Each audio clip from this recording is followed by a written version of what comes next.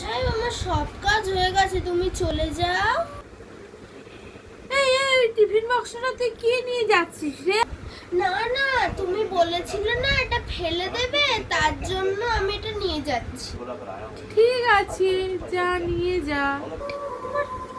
মানি ব্যাগে টাকা রেখেছিলাম, টাকাটা কোথায় গেল?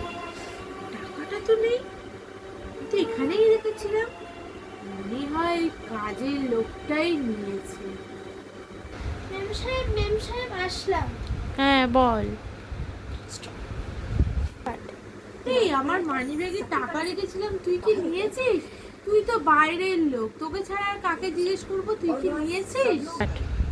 মেম সাহেব আমি নিইনি। না তাহলে কে নেবে? তুই নিতে পারিস।